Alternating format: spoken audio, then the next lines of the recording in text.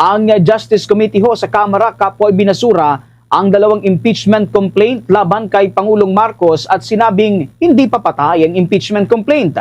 Samantala nilinaw rin na hindi ni Railroad ang natulang proceeding. Samantala, ang mga kabayan Black, may reaksyon ho hinggil dito. Alamin natin ang buong detalye. Tinutukan yan ni Bombo Annalise Soberano.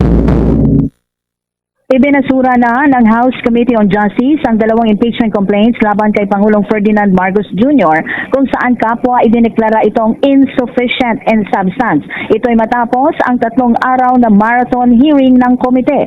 Sa naging botohan kaugnay ng De Jesus complaint, 42 ang mga mambabatas ang bumotong pabor na ito ay insufficient in substance. 3 ang tumutol habang 1 ang nag-abstain. Sa Masa et al. Complaints naman, 39 na mga mambabatas ang bumoto na hindi sapat o insufficient, hindi sapat ang substansya ng reklamo, habang 7 naman ang bumoto na ito ay sufficient in substance. Pakinggan na natin ang naging botohan kanina sa dito sa House Justice Panel kaugnay sa impeachment complaint laban kay Pangulong Marcos. With vote in favor of the motion, 7, and those against the motion, 39, with 0 abstention. The chair declares the Masa et al. Impeachment complaint insufficient in substance.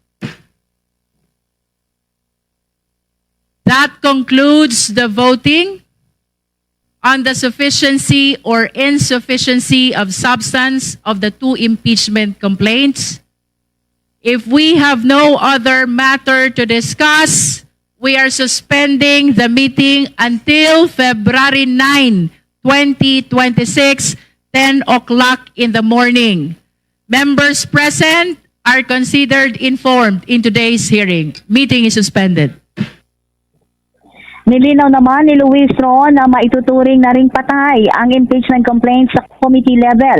Subalit hindi pa rin ito maituturing na patay dahil mayroon pang plenaryo. Sinabi ni Luis Ron, posibleng ma-reverse pa ang committee report pero kailangan makakuha ng 1/3 votes ito mula sa mga mambabatas at pagkatapos ay maaari na itong iakyat sa Senado.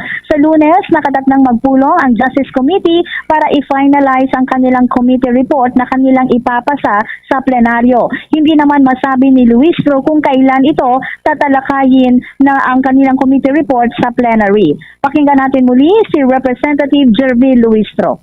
As far as the proceeding today is concerned, I can consider that.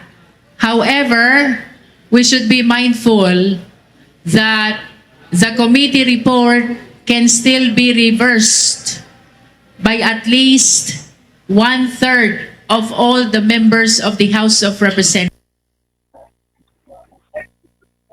Mariin namang itinanggi ni San Juan Representative Maria Isabel Zamora na hindi ni Railroad o minadali ang nasabing complaint. Sinabi ni Zamora na makikita naman sa mga sumunod na sumunod sila sa proseso ng deliberasyon sa dalawang complaint kung saan deliberately tinalakay ng komite ang mga nasabing reklamo. Binigyang diin pa ng mambabatas na ang pinakamahalaga ay nagkaroon ng recital of facts. Kinontra ng komite ang alegasyon ng Makabayan Black na pinatay na ng komite ang impeachment complaint. Inihayag din ni Zamora na walang direct act na mag-uugnay kay Pangulong Ferdinand Marcos Jr. sa maanumalyang flood control projects. Pakinggan natin si Representative Maria Isabel Zamora. Proceedings were not railroaded. First, yesterday we declared the 2 impeachment complaints to be sufficient in form. It is very basic for us to say that it is sufficient in form because what do you see or what are we supposed to see when we are talking about the form? That there's a listing of the names of the complainants, of the names of the respondents, that there is a verification which says that the complainants made the complaint out of their own personal knowledge or based on authentic record. Dismayado naman ang Makabayan Black sa naging desisyon ng komite. Ayon kay ACT Teachers Party List Representative Antonio Tino na walang ilusyon ng oposisyon na madali itong maipapatuloy pa dahil sa komposisyon ng Kongreso at sa dominasyon ng partido ng Pangulo sa House of Representatives. Ayon kay Tino, ang impeachment ay hindi lamang numbers game, kundi mahalagang pagkakataon para mailantad sana ang buong katotohanan sa umano'y issue ng korupsyon at anomalya. Kung nanaig umano ang katotohanan, anya, dapat itong magbunga ng tamang desisyon.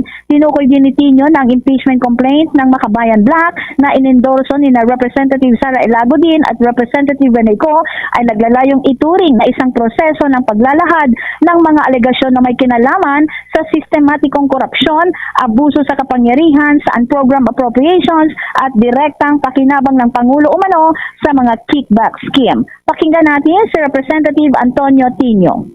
Pwedeng gamitin para sa ibang purpose kung hindi para sa kalusugan. No?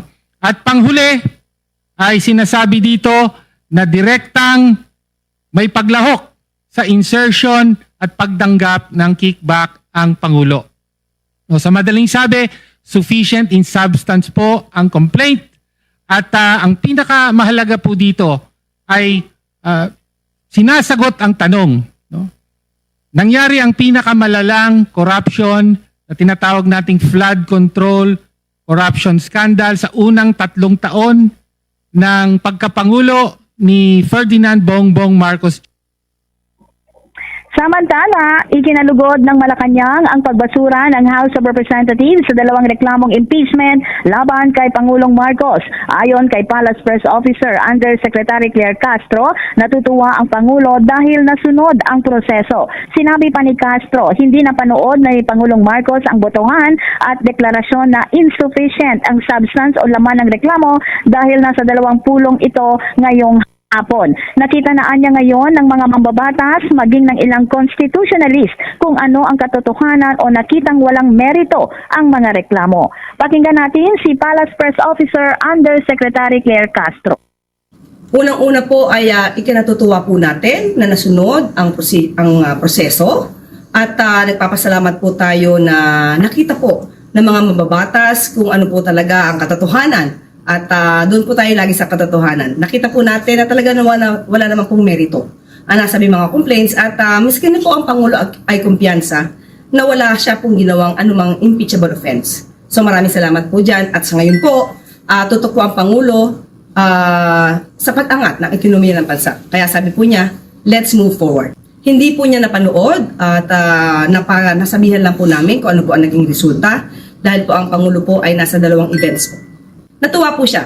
Sabi nga po niya ay nasunod ang proseso at yun naman din po ang gusto ng Pangulo. Masunod ang proseso at makita ang katotohanan. So sa ating mga kababayan, sana po ay nakita niyo po at inisa-isa naman po ng mga mababatas yung mga nasabing akusasyon at sana po ay napaliwanagan na at naging maliwanag sa kanila.